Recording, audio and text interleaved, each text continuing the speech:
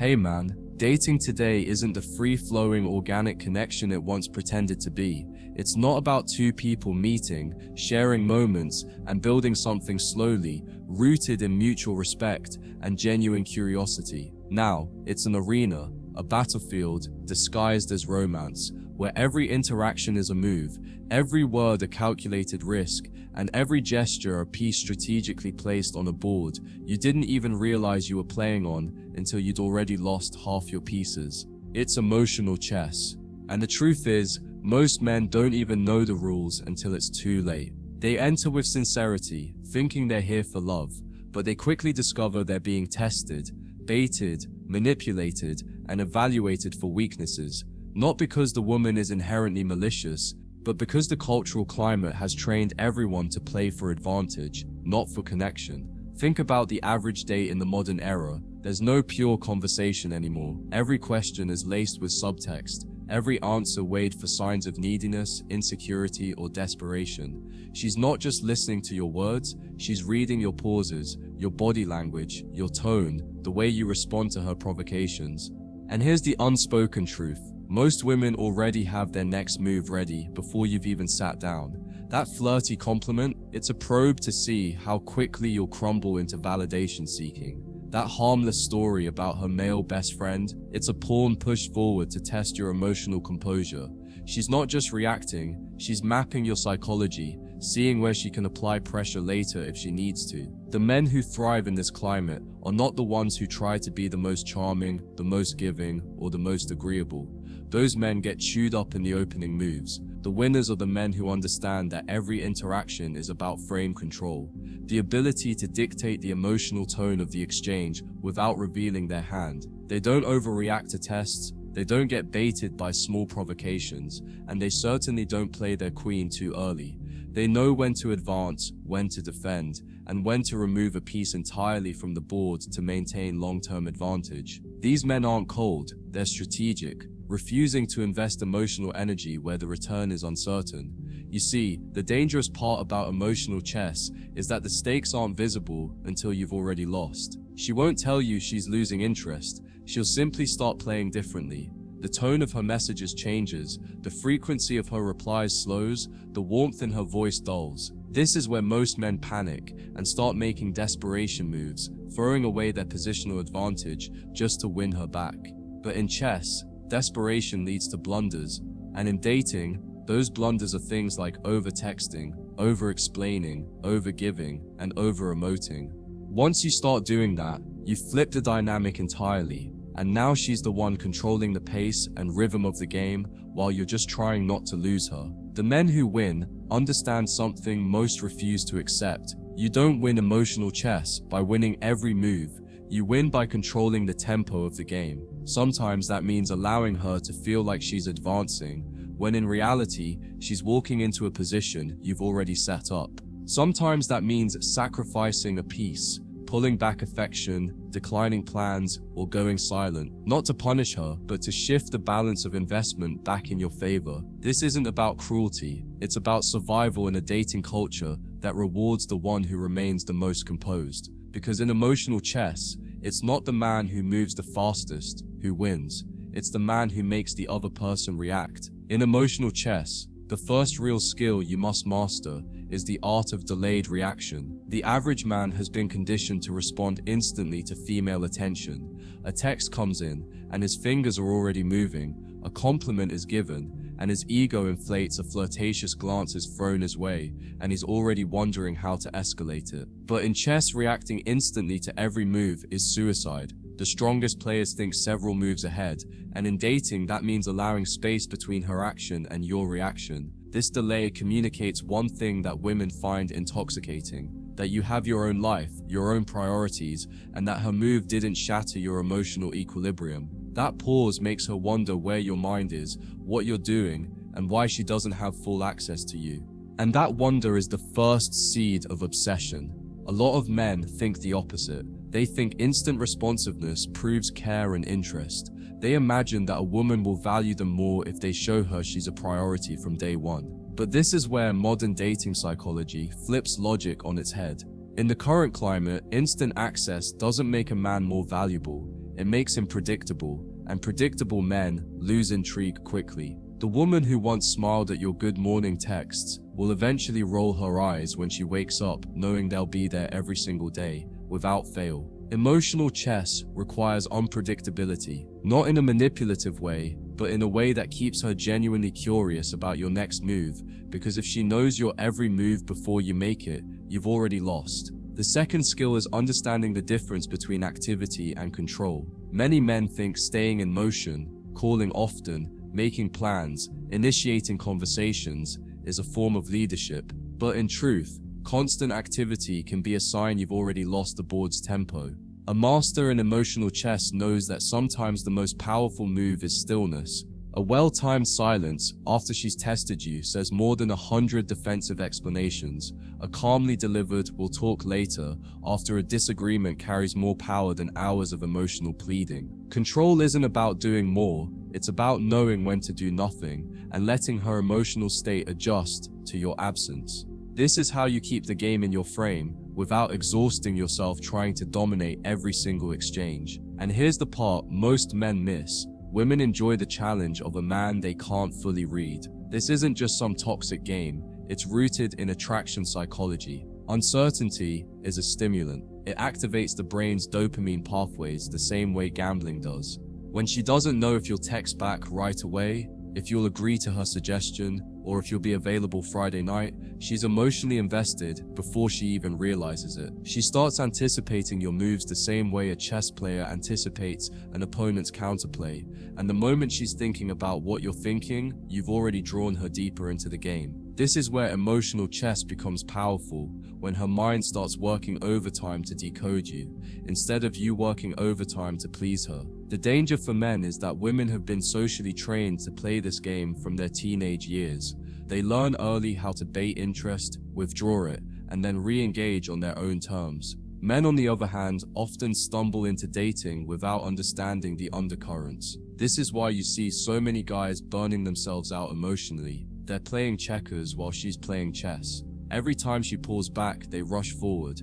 Every time she throws a test, they defend without counterattacking. The result? They hand her the queen without even realizing it. To win in this modern arena, you have to stop thinking in terms of immediate gratification and start thinking in terms of positioning. You don't need to win her over by next week. You need to maintain the kind of composure and strategic restraint that makes her realize, months in, that she's the one chasing you. The first opening move in emotional chess is subtle, establishing your center.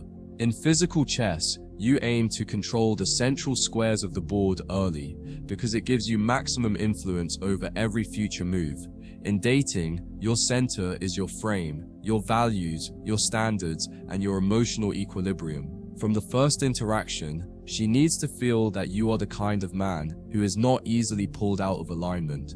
That means if she takes hours to reply, you don't mirror that frustration in your tone when you finally respond. If she cancels a date, you don't spiral into accusations, you calmly reschedule, or you let it go entirely without showing disappointment. This is the emotional equivalent of planting your pieces in the center and saying, "I'm not moving unless I choose to."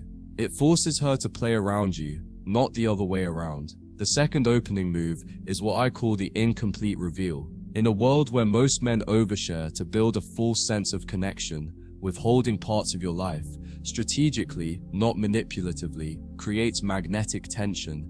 It's not about lying or playing games, it's about letting curiosity grow naturally. If she asks about your weekend, you give her a hint. "I had an interesting meeting," but you don't hand over the full story unless she's earned it through effort and time. This makes her lean forward, dig deeper, and wonder what else she doesn't know.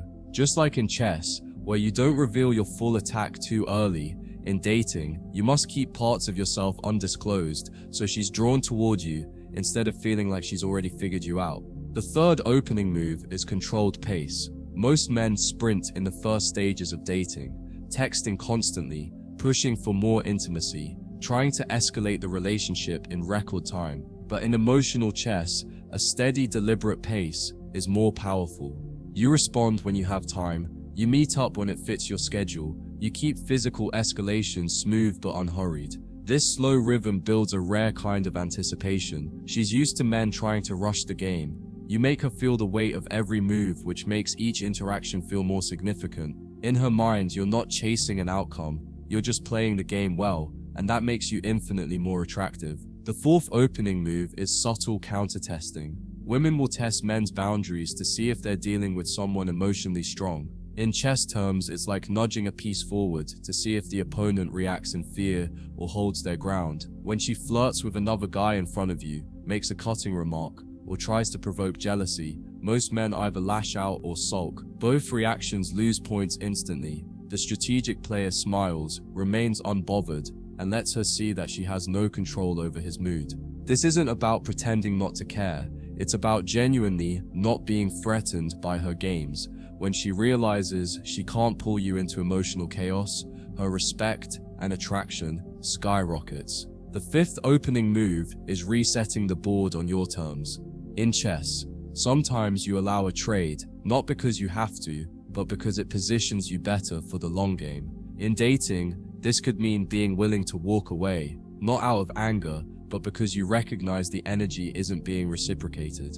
If she's flaky, distracted, or playing too many games, you remove your presence entirely. This isn't ghosting out of spite, it's stepping back so she can feel the vacuum you leave behind. That reset forces her to either step up or disappear, and either outcome benefits you. In emotional chess, the player who can reset without fear is the one who controls the tempo, and in dating, control of the tempo is everything. One of the most fascinating moves in emotional chess is what I call the female castle. In traditional chess, castling is a defensive maneuver. You tuck your king safely behind pawns while repositioning your rook to a stronger position.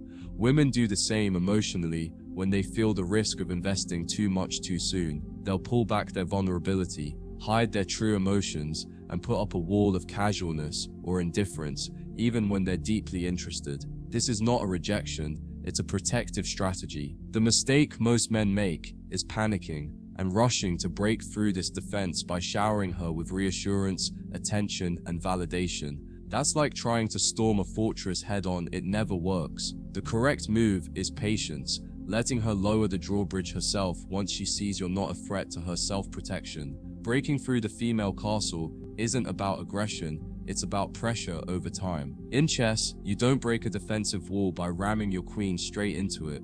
You slowly tighten the noose, restricting her options until she's forced to move in your favor. In dating, this means holding your emotional frame while consistently being the man you are without over-investing.